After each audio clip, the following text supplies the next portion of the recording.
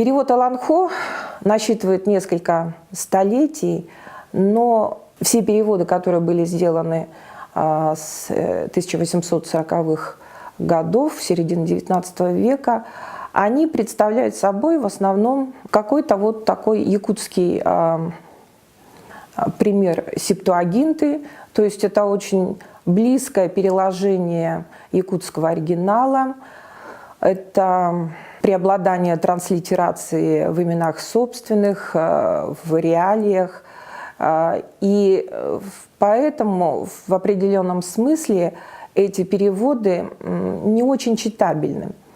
Я обратила на это внимание еще давно, читая также научные труды по якутскому героическому эпосу Алан Хо, и пришла к выводу, что якутские имена собственные, которые написаны в русском академическом тексте, собственно говоря, на якутский манер, они, конечно, мало добавляют понимания и привлекательности тексту.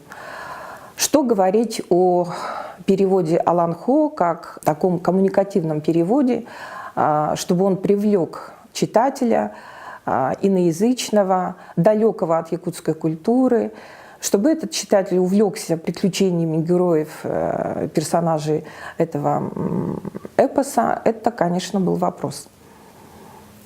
Я задумалась над этим где-то уже в 2000-х годах. Мою идею вообще-то не одобрили мои знакомые, ученые. Но, как и всех моих предков, меня отличает определенное упрямство и целеустремленность. И прежде чем приступить к переводу Алан Хо с якутского языка на английский, мне пришлось, конечно, много очень подумать, разработать концепцию перевода и посмотреть выполненные раньше переводы. Конечно, в первую очередь я посмотрела перевод Державина, поскольку я исходила из того, что каркас Алан Хо составляют приключения, сюжет, то наверняка ничего особенного там не произойдет, если мы перескажем сюжет Алан Хо с русского на английский. Мне было очень интересно читать. Я обнаружила, что так же, как и в эпосе Толкина, якутские герои вдруг стали русскими витязями, девушки Абага стали вдруг девками. Ну и как-то вот социальный статус их вроде бы из-за этого снижается, хотя они дочери каких-то высокопоставленных демонов. Ну и в целом, когда я стала сравнивать якутский текст с переводом Державина, безусловно, очень яркого и выразительного, то я обнаружила, что Державин просто пропускал целыми строчками. Вот. Он абсолютно это никак не обосновывал. Ну, скажем, если в тексте идет 8 строчек, он переводит, в якутском тексте 8, то он переводит 4 строчки. Меня это тоже очень удивило. Вот. Также меня удивило то, что ни одно из изданий Алан Хо не сопровождается комментариями, я имею в виду построчными, постраничными ссылками, сносками и прочими комментариями. Единственное, что комментарии даются к державинскому переводу, ну и к переводу Скрыбыкина, по-моему. Это был чуть ли не единственный перевод первой песни Алан Хо Платона Алексеевича Аюнского «Джуру Нюргунботр» на английский язык, который был издан в Вестнике Республиканского колледжа. И там немножко автор перевода, значит, написал комментарий. Но явно этого недостаточно, потому что мы представляем этот большой, крупный литературный памятник устного народного творчества иноязычному читательской аудитории. И, конечно, мы должны разъяснить как следует все непонятные предметы быта, их названия, ну и прочие другие какие-то национально-специфические особенности. Поэтому наш перевод, он как раз начинается с того, что идет глоссарий некоторых, такой избранный глоссарий некоторых особо сложных понятий.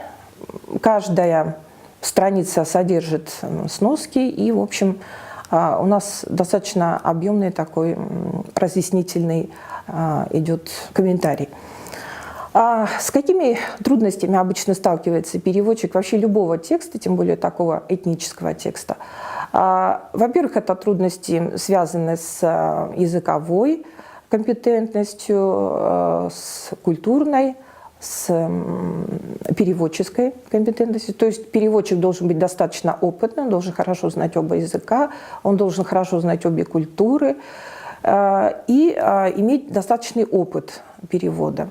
Кроме того, на переводчика оказывают давление, разумеется, издатели, потому что в основном сейчас именно издатели, а не политика партии, играют основную роль, потому что именно они занимаются дистрибуцией исходного продукта, и они заинтересованы в том, чтобы продукт этот был максимально привлекательным. Разумеется, мои идеи о том, чтобы сделать якутские имена собственные, названия различных национально-специфических компонентов наиболее удобными для произношения англоязычному читателю, встретили одобрение со стороны английского издательства. И наши редакторы, кстати, все выпускники Оксфорда, такие вот опытные филологи, они, конечно, пошли в этом плане навстречу. Однако в якутском языке не только имена собственные представляют сложность, а сложности начинаются уже с фонетического уровня, потому что в якутском языке у нас есть 4 дифтонга. Слава богу, что в английском языке есть дифтонги. Однако они отличаются по своей структуре друг от друга. Дело в том, что каждый дифтонг состоит из сильного компонента ядра и слабого компонента глайда. Вот так они, якутские и английские дифтонги, к сожалению, не совпадают.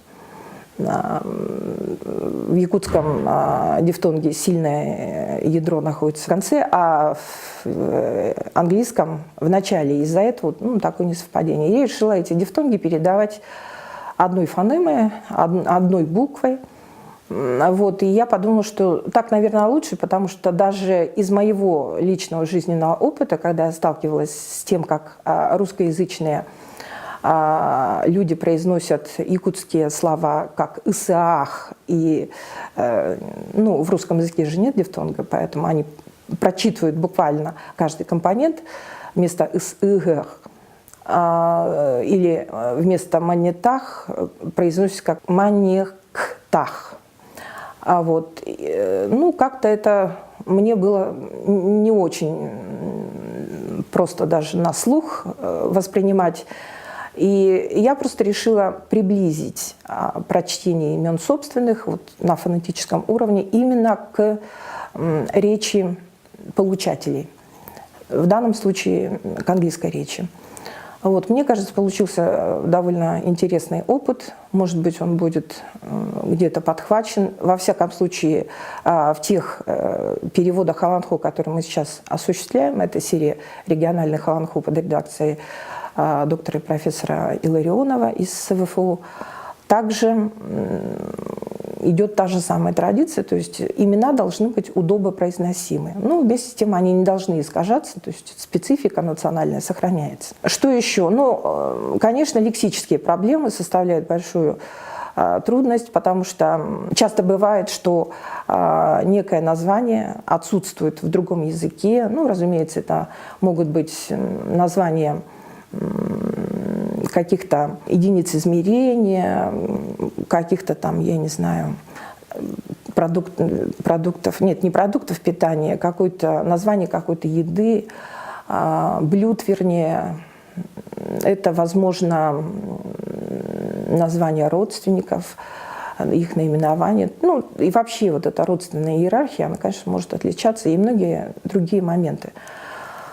Но здесь я просто хочу рассказать вам о переводе вот такого очень частотного определения барахсан, которое достаточно часто, и это пошло уже из XVIII века, переводилось как «бедненький». Бедный, бедненький, несчастный. И когда переводишь, видишь вот это барахсан по отношению к Туяр Мако, это одна из героинь эпоса, вот, то, конечно, она дочь самых богатых родителей в среднем мире. Она не может быть бедненькой, она красивая, добрая, умница. Вот, разумеется, вот этот Барахсан я заменила на Дия, Далынь, то есть милая, дорогая, любимая, beloved. И это, конечно, была такая справедливая замена. Вот. Кроме того, существуют, ну, как я уже сказала, прагматические проблемы, которые мы, надеюсь, сняли с помощью комментариев.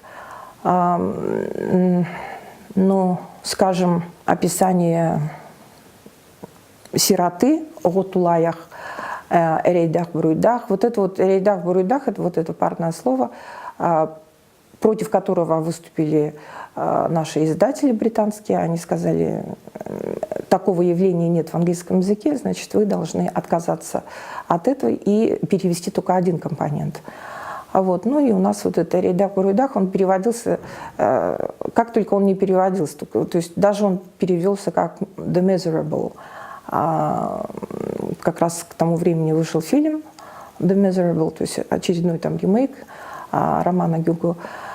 Вот. Ну и в целом, конечно, перевод Алан Хо доставил как много треволнений, так и много радости, потому что приятно осознавать, что сейчас якутский героический эпос стал доступен широкой читательской аудитории во всем мире.